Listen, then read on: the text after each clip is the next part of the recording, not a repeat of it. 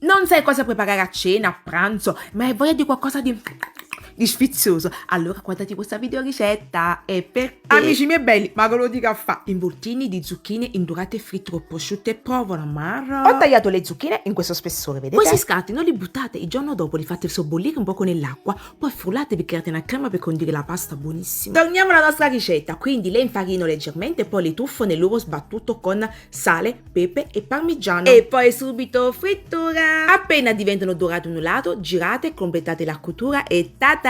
Le zucchine indurate e fritte, così si dice a Napoli. Quelle già così si possono mangiare, sono ottime, un po' di sale, mamma mia buonissime, però noi dobbiamo sempre esagerare, quindi aggiungo prosciutto, provola, arrotolo e poi per fissare se volete un stuzzicadente. Sulla base oppure sopra potete arricchirlo con la passata di pomodoro, ma l'ho preferita così bianca. Completo aggiungendo un po' di parmigiano sopra, poi nel forno giusto il tempo che si scioglie questa la provola e poi maro. Buonissime, magari accompagnate con delle bruschette con semplici pomodorini sopra, top. Involtini di zucchine indurate e fritte con prosciutto e provola.